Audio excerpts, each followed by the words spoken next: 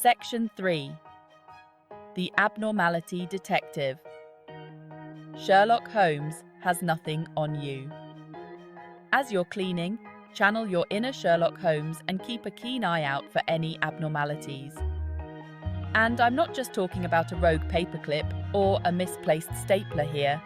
We're talking about anything that seems out of place, damaged, or in need of repair. This could include broken or worn-out tools, loose screws or bolts, frayed cords or cables, leaking fluids, unusual noises or smells.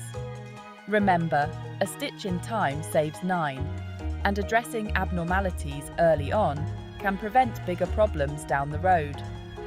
So, don't be afraid to get up close and personal with your workspace. Inspect every nook and cranny and report any suspicious activity, or just fix it yourself. You got this.